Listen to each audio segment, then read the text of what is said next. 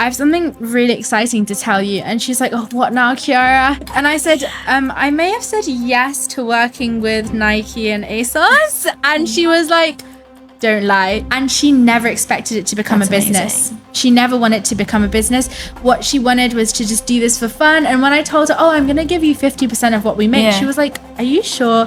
I can't do this anymore because we're just so stagnant. We're not going anywhere. We're not doing anything different. We're just on repeat again and again, the same thing every single week and every single weekend. Welcome to Kasa Connect. Together we're exploring the journeys of entrepreneurs, creatives, and change makers shaping the future.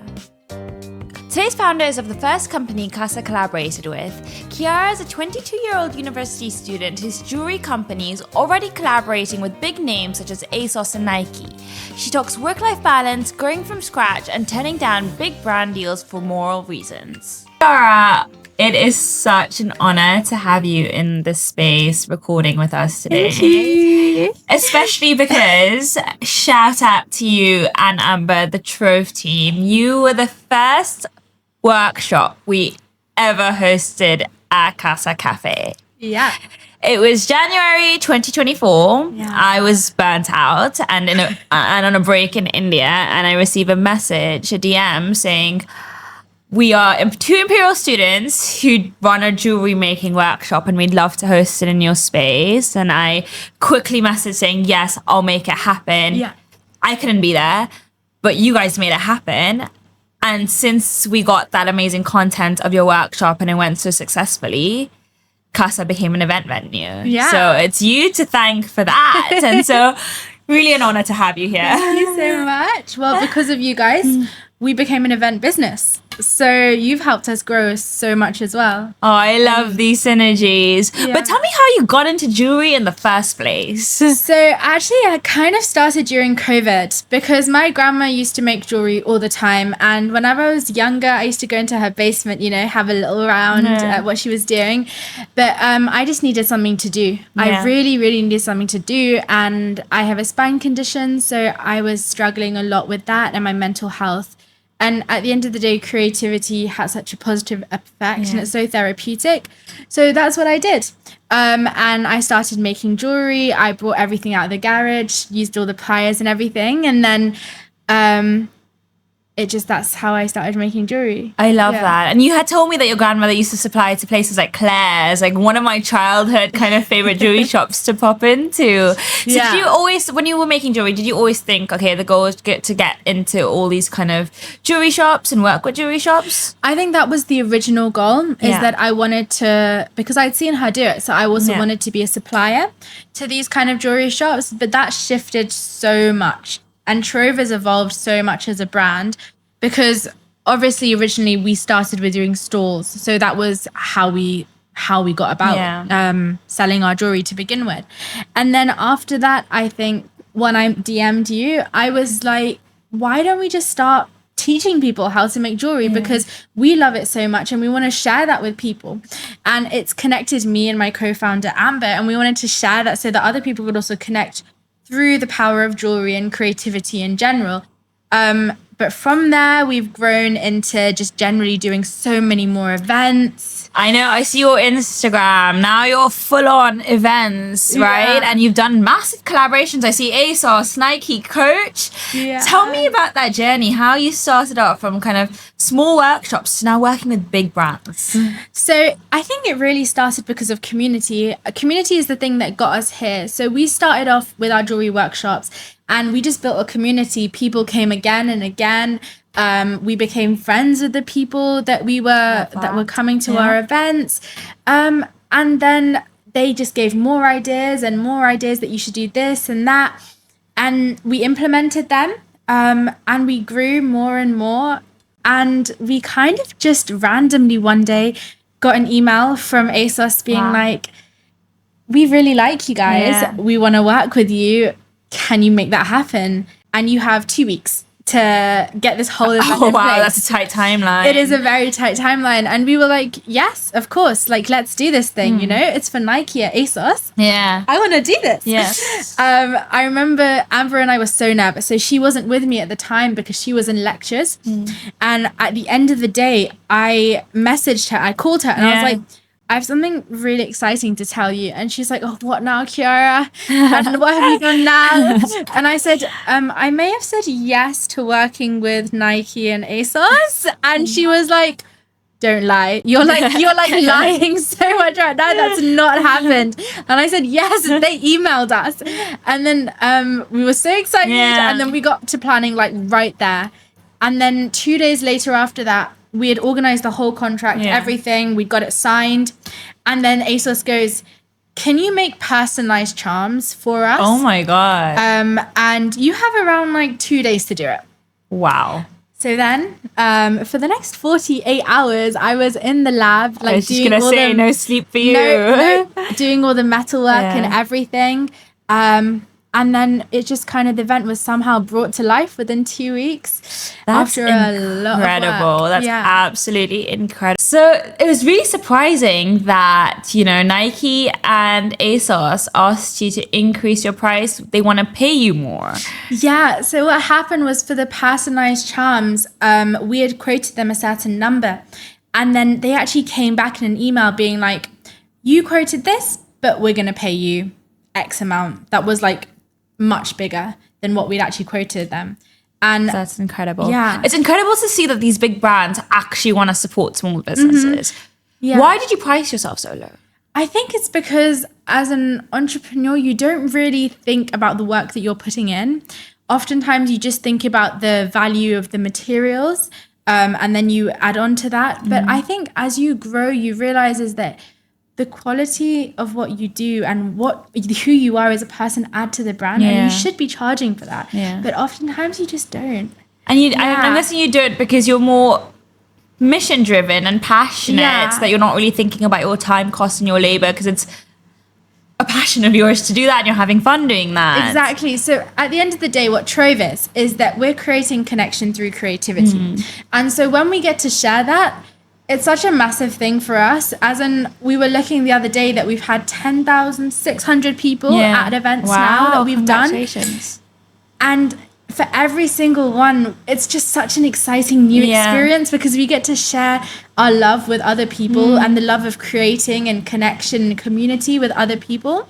So that's part of the reason why we just don't charge as much as we should. But that's something that we're learning. And you have to learn it because your co-founder, Amber, now, it's her full-time role, right? Yeah. I want to know more about how you and Amber met.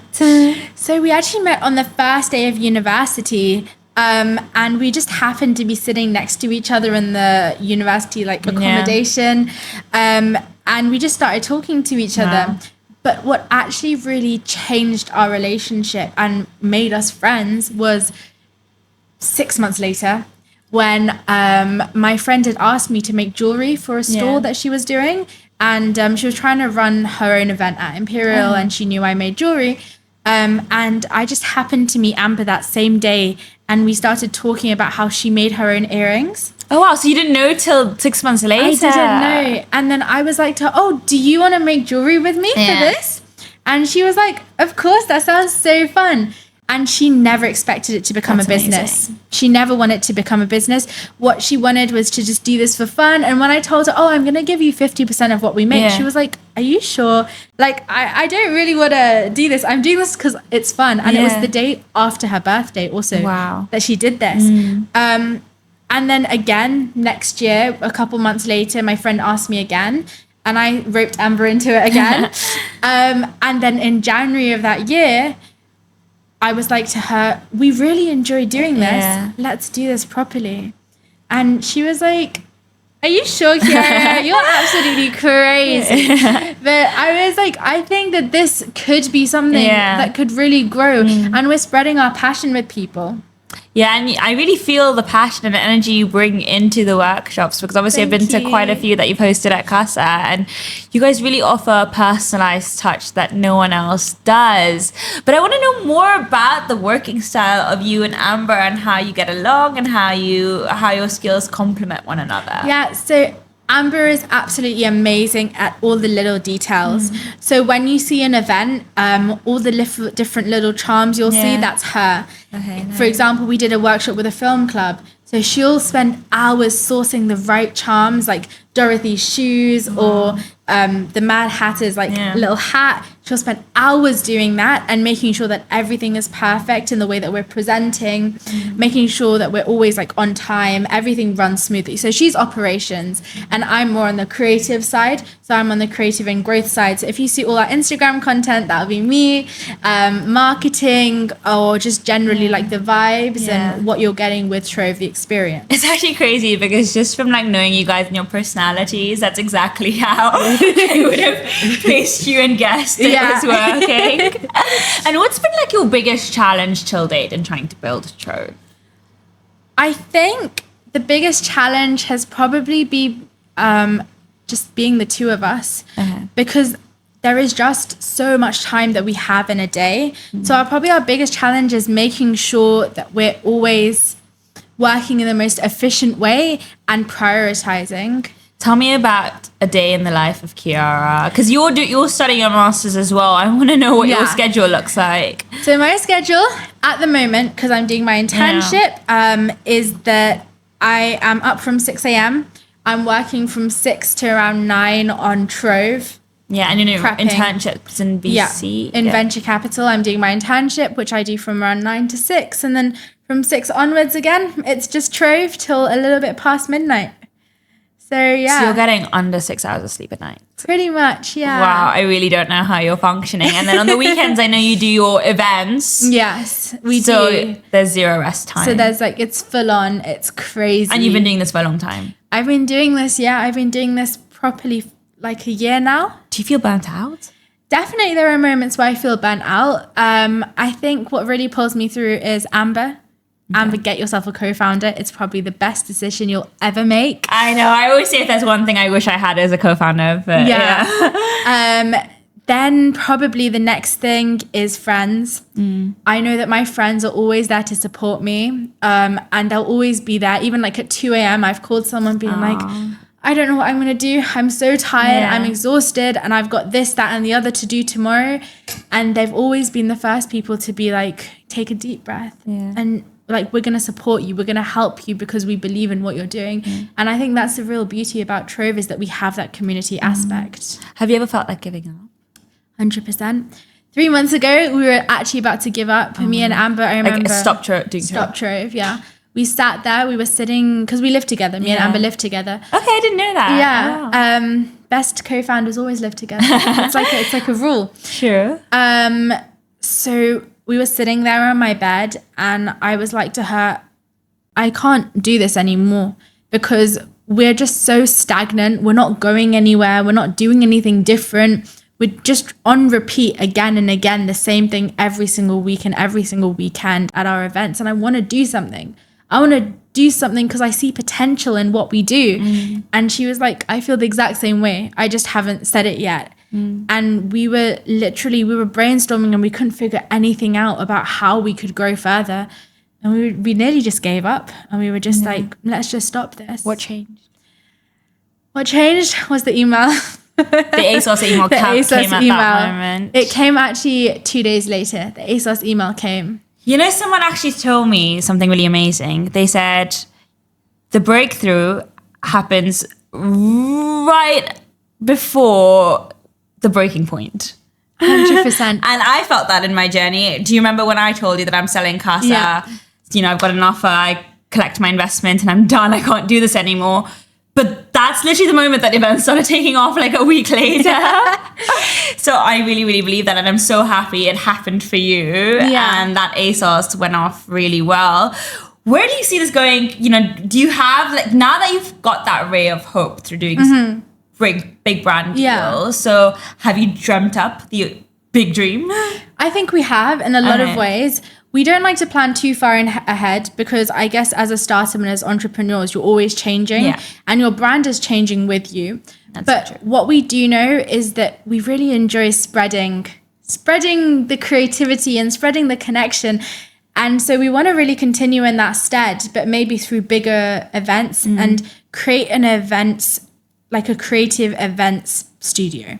Oh, wow. So I it's like the sound of this. Yeah. So it's where people can come and do a bit of creating and have that synergy there.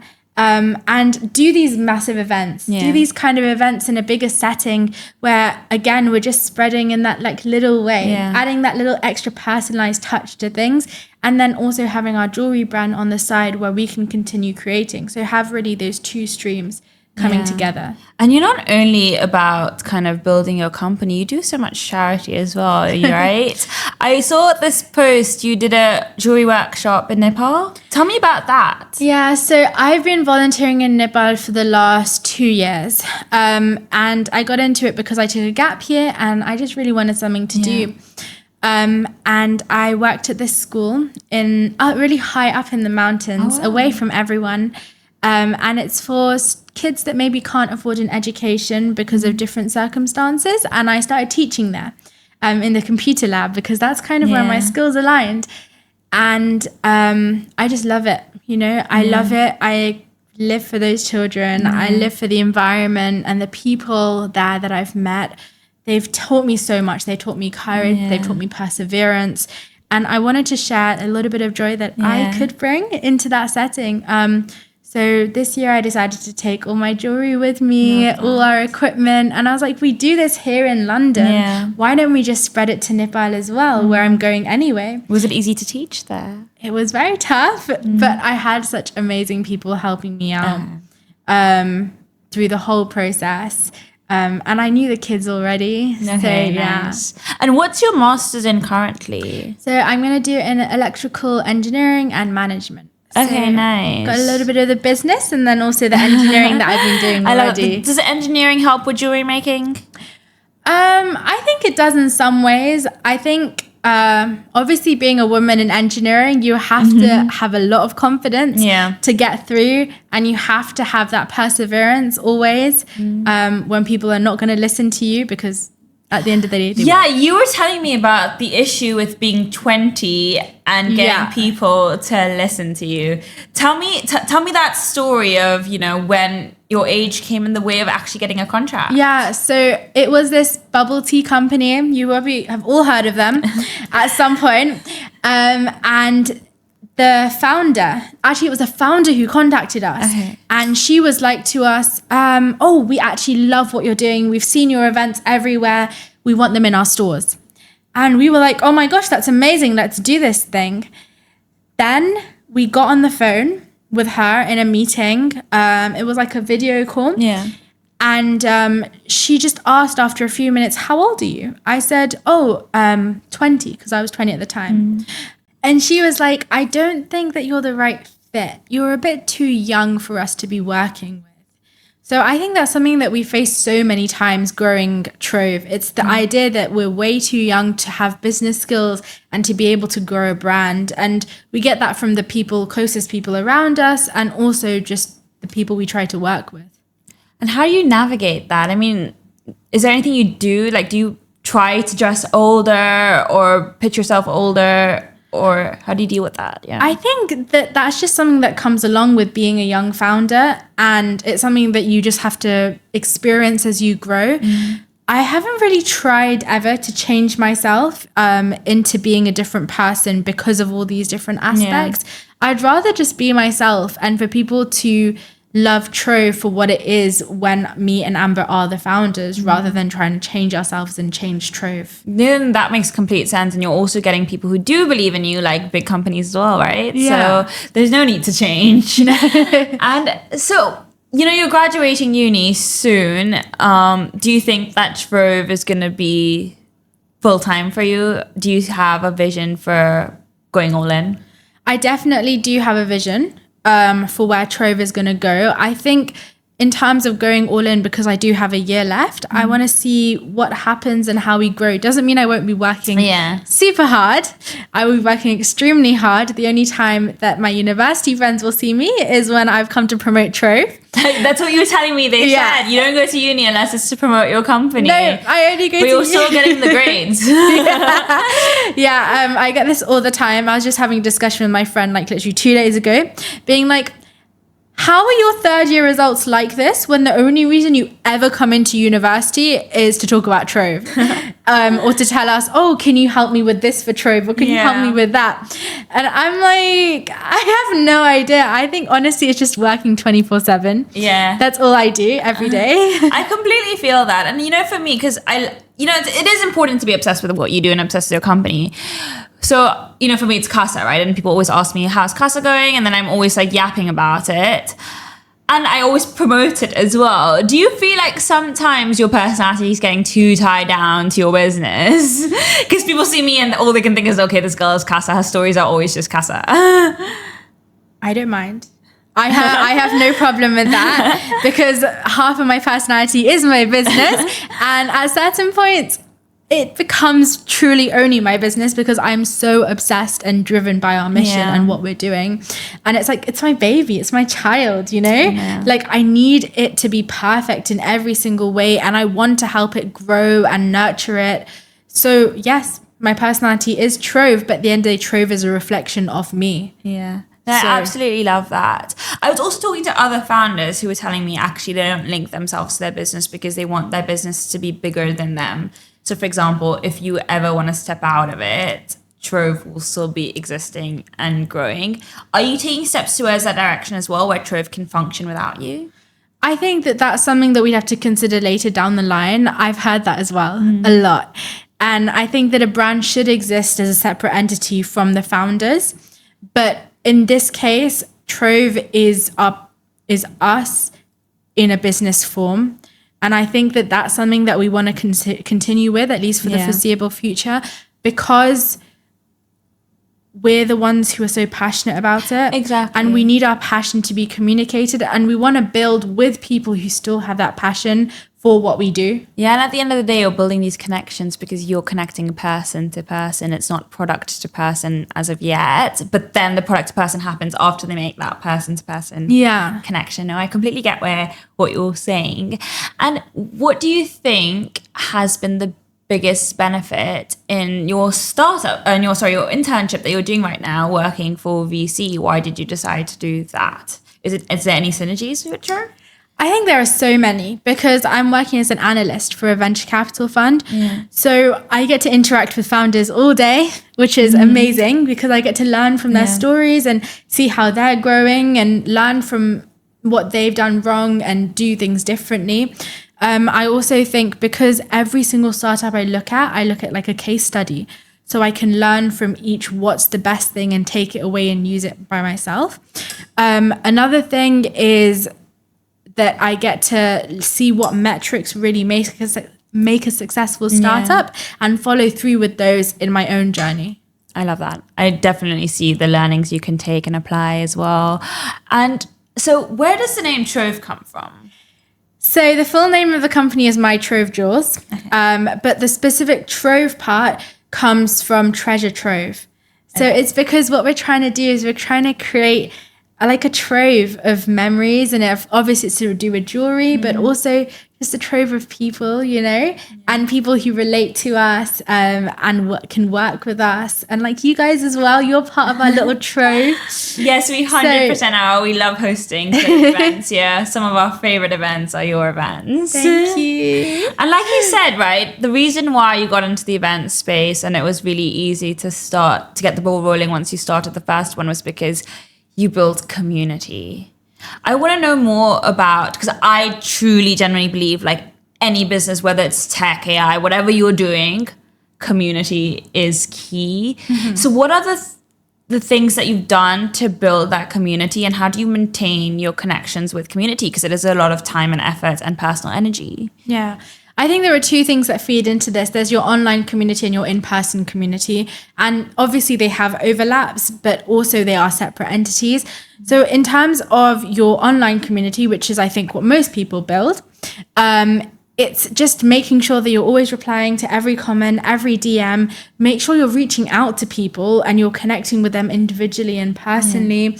Making sure that the content you're putting out also is telling them about yourself and who you are, because people connect to emotions. They don't connect to a product because they're also human, right? And they can relate to your emotions and how you're feeling more than they can relate to an earring you made, you know? Like obviously they can be like, oh, that's cute, but they can't relate in a more like deeper connection way. Then we have our in-person community, which is obviously through events, just chatting to people and making sure that me and Amber are always people that you can approach and talk to wherever we are.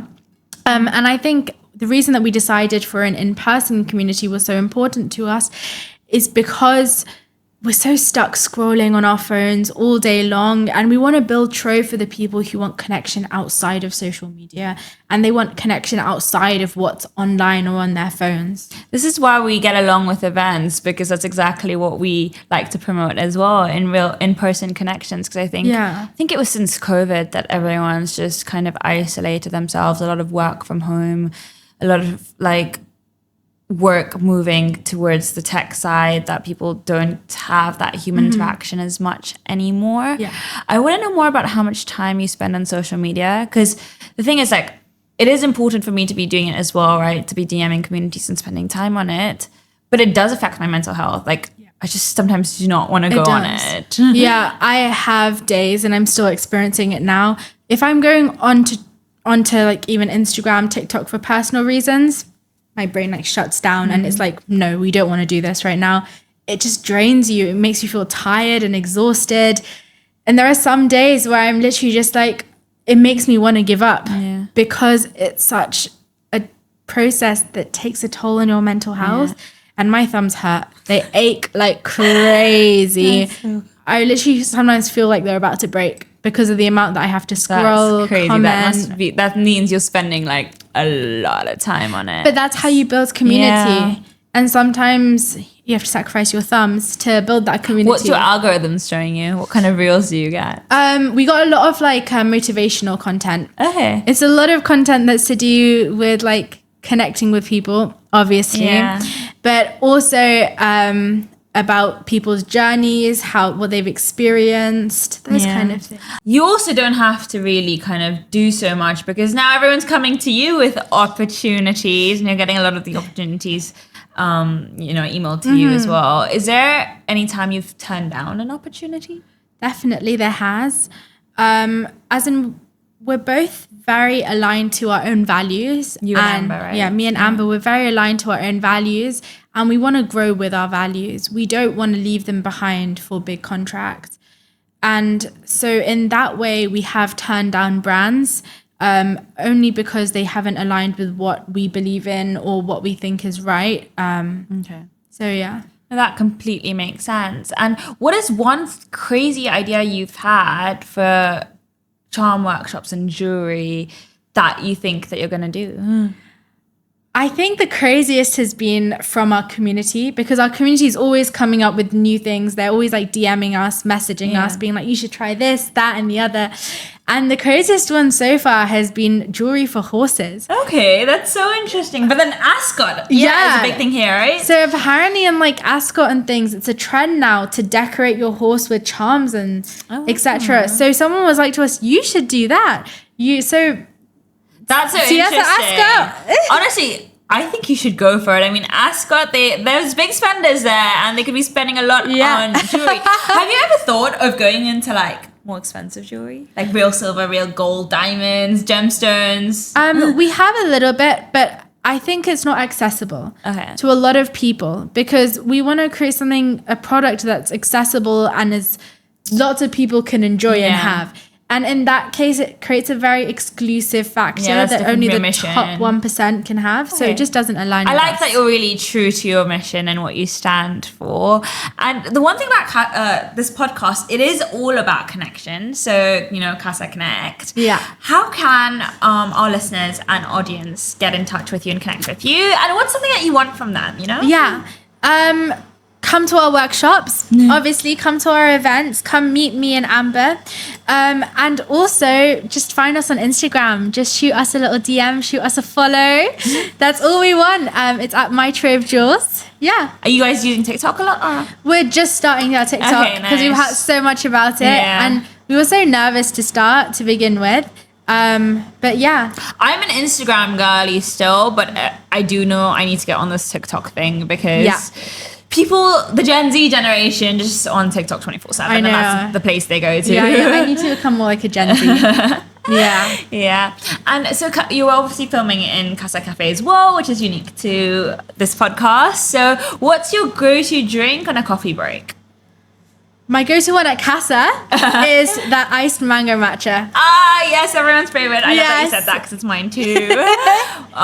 Well, my favorite drink to promote, because I don't actually like sweet drinks. I'm a very basic flat white or standard matcha girly. But I know everyone here loves it, which I'm happy about. What is the best piece of advice you regret not taking? Never wait. Ooh, that's a good one. Don't wait for the right time, or don't wait for something big to happen. Just keep going. You iterate as you go along, and that's just the best way to grow, really, because you want to try out a million different ideas before you get to the right one. That's honestly amazing advice. Thank you so much for being on this podcast, Kiara.